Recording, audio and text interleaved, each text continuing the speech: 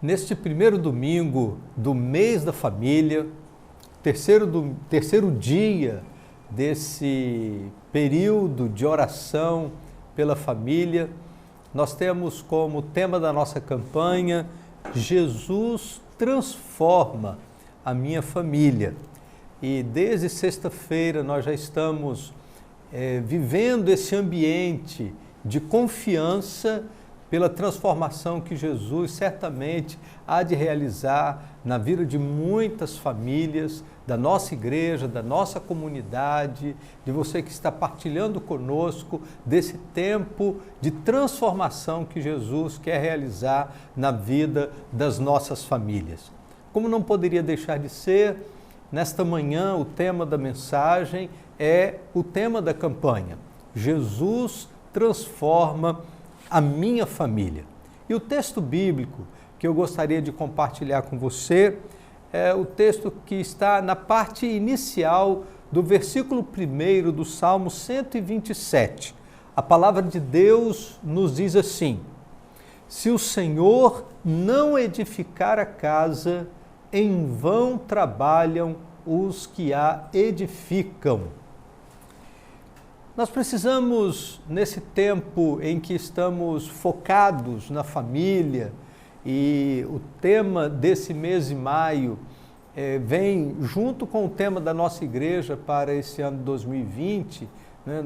O nosso foco ministerial é Eu sou um agente de transformação, e lógico que toda transformação começa dentro dos nossos ciclos mais íntimos. E não há ciclo mais íntimo do que a nossa família. Então, todo o processo de transformação que nós queremos viver como igreja e como sociedade começa a partir do momento em que Jesus tem acesso à sua vida, Jesus tem acesso à sua família para transformar aquilo que precisa ser mudado dentro do seu ambiente familiar, e a partir daí a gente vai ser agente de transformação em muitos outros ambientes. Por isso, o tema da campanha dos 31 dias de oração pela família nos leva a fazer reflexões importantes sobre esse momento que nós estamos vivendo. Então, nós precisamos olhar para a palavra de Deus e entender como Deus vê a nossa casa. Como Deus vê a nossa família? Qual é o projeto de Deus para a nossa casa? E como o texto diz sobre edificação, e o texto diz, se o Senhor não edificar a casa, em vão trabalham os que a edificam, a mensagem desta manhã, nós vamos caminhar nela a partir desta ideia de construção, de edificação. E a pergunta que nós gostaríamos de responder nesta manhã é: como é a casa que Deus quer? A minha casa, a minha família, a sua família. Mas a gente vai usar a ideia de construção, a ideia da casa física, para fazer uma adequação ou a gente poder relacionar aquilo que é uma construção física com a construção de uma família. Então vamos lá. Quando nós pensamos numa construção física, a primeira coisa que nós nos preocupamos é com os alicerces. Os alicerces, eles formam o fundamento de uma casa. E a primeira parte da nossa mensagem fala a respeito disso. A base da família é Cristo. Jesus é o alicerce da nossa casa. Jesus é a base sobre a qual nós edificamos a nossa casa. É sobre ele que nós devemos edificar a nossa casa. Nenhuma casa resiste se não tiver um fundamento sólido. Nenhuma casa é capaz de resistir se não tiver um fundamento firme. Nenhuma casa pode resistir se não for bem construída a partir da sua base, a partir do seu fundamento, a partir dos seus alicerces. Certamente você já deve estar imaginando o texto de Mateus capítulo 7, versos 24 a 27. Jesus estava encerrando o Sermão da Montanha e nesse finalzinho do Sermão da Montanha, Jesus faz uma aplicação de tudo que ele havia ensinado, dizendo o seguinte: todo aquele, pois, que ouve estas minhas palavras e as põe em prática, será comparado a um homem prudente que edificou a sua casa sobre a rocha. E desceu a chuva, correram as torrentes, sopraram os ventos e bateram com ímpeto contra aquela casa. Contudo, não caiu, porque estava fundada sobre a rocha. Mas todo aquele que ouve essas minhas palavras e não as põe em prática, será comparado a um homem insensato que edificou a sua casa sobre a areia. E desceu a chuva, correram as torrentes, sopraram os ventos e bateram com ímpeto contra aquela casa, e ela caiu, e grande foi a sua queda. Sabe, queridos, uma das coisas que me chamam a atenção nesse texto é que há quase que um Ctrl-C, Ctrl-V entre os versos 25 e os versos 27. As mesmas intempéries que bateram contra a casa que estava edificada sobre a rocha, bateram também sobre a casa que estava edificada sobre a areia. As diferenças não estavam naquilo que estava do lado de fora, o que estava acontecendo circunstancialmente. A diferença é onde elas estavam edificadas. E olha como que o texto se repete. No verso 25 diz assim: desceu a chuva, correram as torrentes, sopraram os ventos e bateram com ímpeto contra aquela casa. Depois, lá no verso 27, essas palavras se repetem. Desceu a chuva, correram as torrentes, sopraram os ventos e bateram com ímpeto contra aquela casa.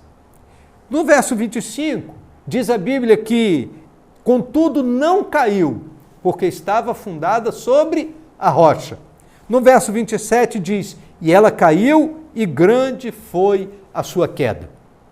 Ter Jesus como a base da nossa casa, ter Jesus como a base da nossa família, ter Jesus como a base de nossa vida, não significa que vamos ficar imunes aos problemas da vida.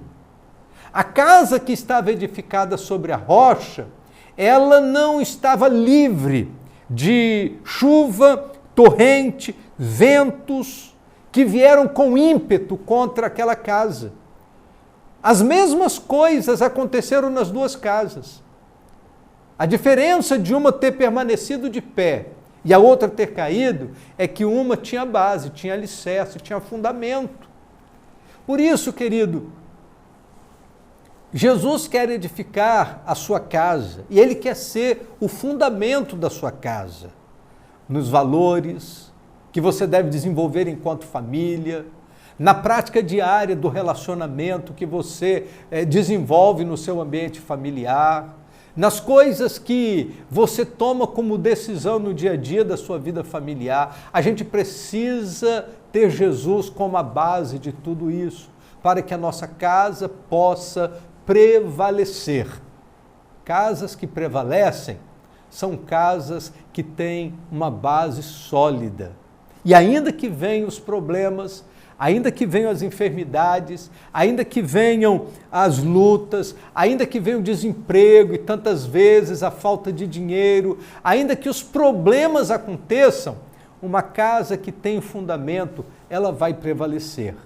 Eu quero repetir, ter Jesus como fundamento não nos imuniza de problemas, mas ter Jesus como fundamento nos mantém de pé no meio dos problemas e das tempestades a que estamos sujeitos a passar nessa nossa jornada aqui neste mundo. Então, a primeira parte é a base. A base da casa precisa ser Jesus. Segundo, no processo de construção, nós vamos levantar as paredes. As paredes simbolizam a nossa fortaleza, simboliza que nós estamos cuidados. Nossa casa deve ser um lugar inviolável. E as paredes servem para isso, para tornar a nossa casa inviolável. Nós não queremos que ela seja invadida de maneira alguma.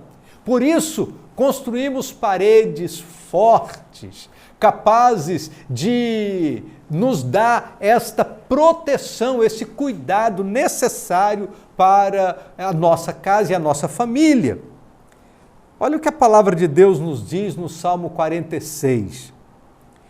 Deus é o nosso refúgio e fortaleza, socorro bem presente na angústia, pelo que não temeremos, ainda que a terra se mude, e ainda que os montes se projetem para o meio dos mares, ainda que as águas rujam e espumem, ainda que os montes se abalem pela sua braveza, há um rio cujas correntes alegram a cidade de Deus, o lugar santo das moradas do Altíssimo. Deus está no meio dela, não será abalada. Deus a ajudará desde o raiar da alva. Deus é o nosso refúgio. Ele precisa ser a parede de proteção para a nossa casa. É Ele que cuida para que a nossa casa seja inviolável, para que os inimigos da nossa casa, os inimigos da nossa família não venham perturbar a nossa vida, não venham tirar a nossa paz. É necessário ter paredes bem estruturadas. No tempo de Neemias, o povo de Deus foi desafiado a reconstruir os muros da cidade para dar garantia para que a cidade tivesse um ambiente seguro. E a Bíblia diz lá no capítulo 4 do livro de Neemias, no verso de número 14, que Neemias faz um desafio a todos os líderes e todos os chefes de família, para que naquele processo de reconstrução dos muros da cidade de Jerusalém, eles pudessem estar conscientes de que eles estavam ali lutando por suas famílias.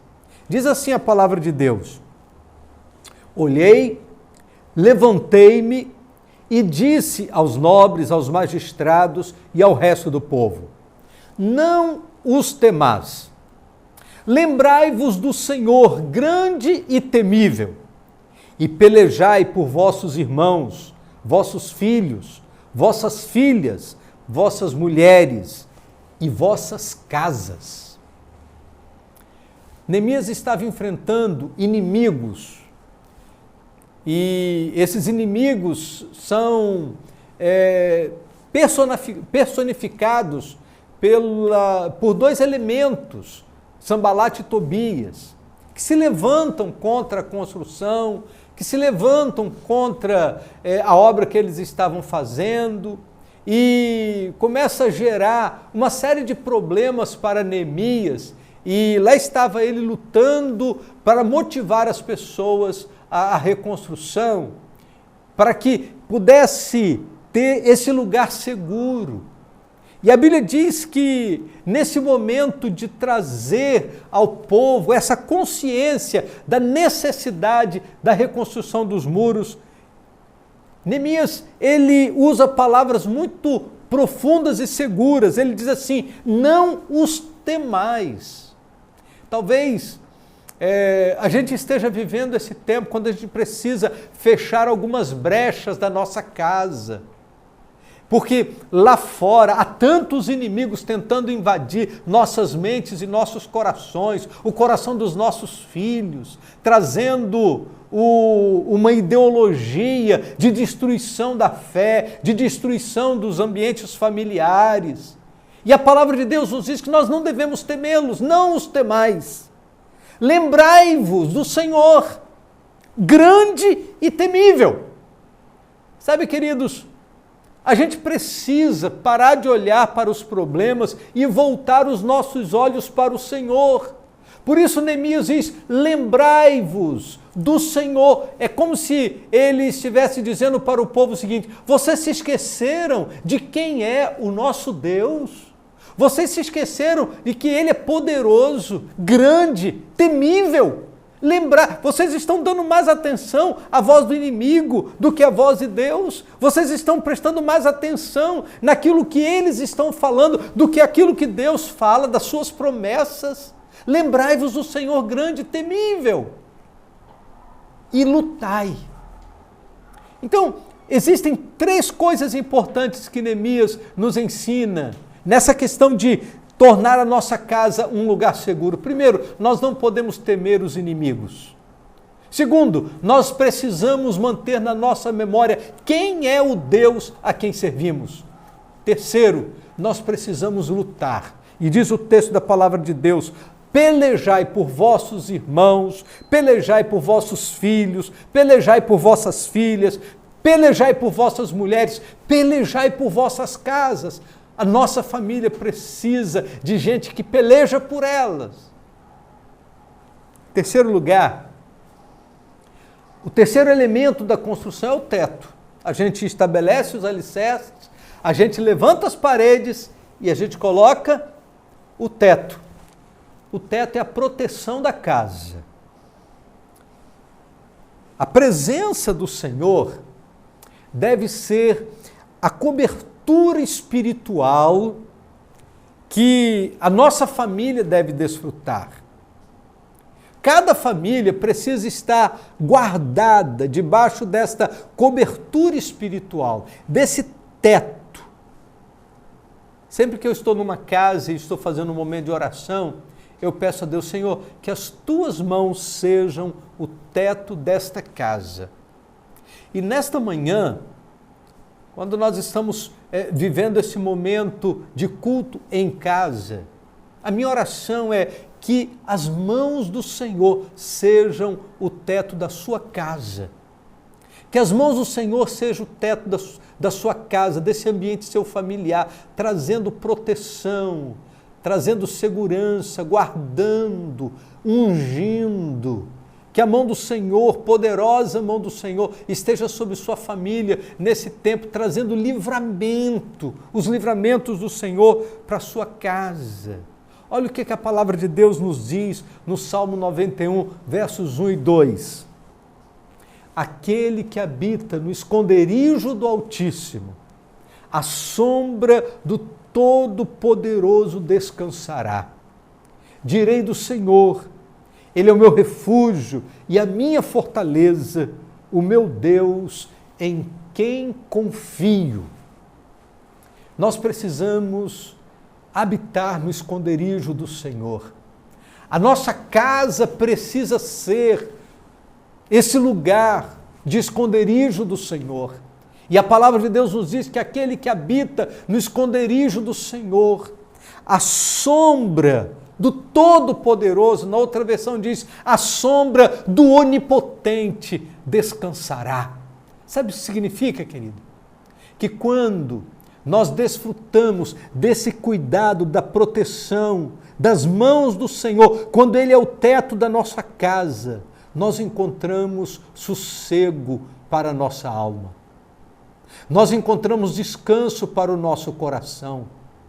Ainda que os momentos sejam aflitivos, ainda que a tempestade lá fora seja brutal, ainda que seja assustadores as notícias, ainda que o momento que estejamos vivendo sejam momentos difíceis, mas estamos à sombra do Onipotente. Ele cuida, Ele protege, Ele sustenta a nossa vida e a nossa casa. Então nós estabelecemos os alicerces, levantamos as paredes, colocamos o teto. Mas em quarto lugar, para que a família possa prosseguir, ela precisa de provisão. E a provisão de Deus é muito significativa, é importante na vida da família. O pão é a provisão da família. Jesus, ele diz de si mesmo ser essa provisão para nós. Jesus é a provisão de Deus, capaz de suprir todas as necessidades da família. João capítulo 6, versos de 48 a 51, Jesus diz assim: Eu sou o pão da vida. Vossos pais comeram o maná no deserto e morreram. Esse é o pão que desceu do céu, para que o que dele comer não morra. Eu sou o pão vivo que desceu do céu. Se alguém comer desse pão, viverá para sempre. E o pão que eu darei pela vida do mundo é a minha carne. Jesus estava falando aos seus discípulos de que ele é a nossa provisão. O que nós precisamos, todas as coisas que são necessárias para suprir nossas necessidades, estão em Cristo. Por isso, quem tem Jesus não tem falta de nada, porque Ele é a provisão de Deus, capaz de suprir a necessidade de todos nós, a necessidade da sua família. Não basta ter uma casa bem construída, mas não ter as provisões necessárias. É preciso que, além da construção física, a gente tenha as provisões diárias para a nossa casa. Por isso, Jesus, ele se apresenta como a provisão para a minha família e para a sua família também. Em quinto lugar, além do pão, que é uma provisão necessária de alimento para todos nós, a água é o refrigério necessário para a vida da família. João 7,38, a Bíblia diz assim: Quem crê em mim, como diz a Escritura, do seu interior correrão rios de água viva. A água é esse líquido precioso, indispensável à nossa sobrevivência. Jesus, ele diz que a água é como a fé. Quem crê em mim, como diz as Escrituras, do seu interior correrão rios de água viva. Você se lembra da história da mulher samaritana? Diz a palavra de Deus que Jesus passa pela herdade de Sicar e para junto ao poço de Jacó, enquanto os discípulos vão a Sicar comprar algum mantimento para o almoço, para a refeição, Jesus permanece ali junto ao poço e uma mulher samaritana vem buscar água e eles começam uma conversa. Jesus oferece para aquela mulher água viva. E aquela mulher, muito intrigada com o que Jesus estava dizendo, ela diz: como? Por acaso tu és maior que o nosso pai Jacó, que construiu esse poço, deu ao seu gado e à sua família? E Jesus disse: mulher, essa água, ela pode te tirar a sede momentaneamente, mas a água que eu lhe der há de fazer você ter satisfação permanente na sua vida. Aquela mulher no encontro com Jesus, ela teve a sede da alma, não a sede do corpo, mas a sede da alma satisfeita. A palavra de Deus diz que há uma transformação na vida daquela mulher e na vida daquela cidade, porque a água da vida chegou naquela cidade. Jesus é a água da vida. Nós precisamos buscar em Jesus para que as necessidades indispensáveis da nossa vida sejam satisfeitas. Não pode faltar água na nossa casa. Não pode faltar Jesus na nossa vida. Assim como não pode faltar água na nossa casa, não pode faltar Jesus na nossa vida. Por último, o último elemento que eu gostaria de compartilhar como uma necessidade da casa é a luz. A luz é a direção para todas as decisões que precisamos tomar na nossa vida diariamente. O ambiente da família é um ambiente de muitas decisões. A gente toma decisões todos os dias, decisões que envolvem a educação dos filhos, decisões que envolvem os rumos da família, decisões que envolvem a disciplina, decisões que envolvem o sustento, decisões que envolvem o relacionamento familiar. E nós precisamos da luz de Deus para tomar as decisões. A palavra de Deus diz no Salmo 119, verso 105, lâmpada para os meus pés é a tua palavra e luz para o meu caminho. A Bíblia deve ter um lugar de destaque na nossa casa. A Bíblia não pode ser simplesmente um ornamento que a gente usa para alguns momentos da nossa casa, para poder deixar uma mesa bonita, uma Bíblia aberta. Ainda que seja muito bonito você chegar numa casa e encontrar uma Bíblia aberta, mas a Bíblia não foi feita para ser um ornamento para a sua mesa ou para a sua casa. A Bíblia é mais do que um ornamento, a Bíblia é um mandamento. É a palavra de Deus. E a palavra de Deus, ela traz direção para a nossa vida. A palavra de Deus conduz a nossa história. A palavra de Deus conduz a nossa vida. Por isso, não é possível ter uma casa sem luz. Não é possível ter uma casa sem claridade. Não é possível ter uma casa assim sem energia. E eu creio que você entende perfeitamente o que eu estou dizendo quando eu digo que a luz de Deus precisa brilhar na sua casa, para que possa afugentar a escuridão do pecado, para que possa expulsar a escuridão da desunião, da falta de harmonia no ambiente familiar. É a luz de Deus que traz esse equilíbrio na vida familiar. Por isso, o Salmo 127 dizer, se o Senhor não edificar a casa, em vão trabalham os que edificam.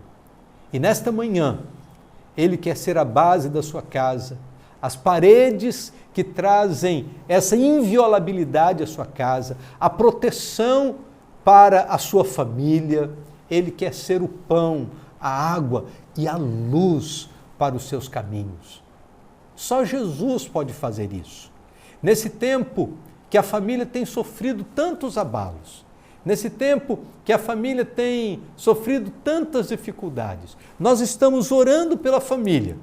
Nesses 31 dias do mês de maio, estamos orando pela família, porque nós cremos que Jesus pode transformar a sua casa e a sua família. Por isso, querido, confie em Jesus. Permita que Ele seja a estrutura da sua casa e você vai experimentar de uma casa abençoada. Eu creio plenamente nesta verdade. Que Deus abençoe sua casa, que Deus abençoe sua família e que a graça bendita do Senhor esteja presente em seus relacionamentos todos os dias. Nós estamos orando pela sua família. Que bênção que foi poder compartilhar desta manhã com você, compartilhar da palavra de Deus, compartilhar da nossa casa, saber que é o Senhor quem edifica a nossa casa e que a minha casa e a sua casa precisam atender a essas especificações da palavra de Deus para que a gente possa suportar esse mau tempo na certeza de que nossa casa está firmada no Senhor. Estamos aí vivendo esse tempo de campanha de oração, não sei se você já viu, mas a gente deu uma mudança aqui no nosso cenário, exatamente por conta de estarmos no mês de maio, então, mês da família, e queremos agradecer aos irmãos que vieram ajudar aqui na montagem do novo cenário para a gente poder viver aqui o mês da família. E a nossa oração é que durante esse tempo de campanha, você possa ir muito além do estético. A gente aqui mexeu apenas na estética, mas a campanha vai muito além da estética. A campanha vai tratar de transformação. Não é isso, pastor? É isso mesmo, pastor. Deus tem sido bondoso conosco, né? Amém. E que essa bondade, querido, alcance aí, encha o seu coração, né? E transforme a sua família, né? Transforme a nossa família. Deus tem sido generoso conosco durante esse tempo. Que Deus continue cuidando e sustentando aí a todos vocês. Não se esqueça de orar pelas 5 pessoas. Essa semana é semana de oração. Não se esqueça de orar pelas 5 pessoas e aproveitar os vídeos do pastor Sam Chip que estão sendo compartilhados para fortalecer esse seu momento devocional nesses 31 dias de oração pela família. Deus te abençoe. Foi uma bênção estarmos juntos nesta manhã.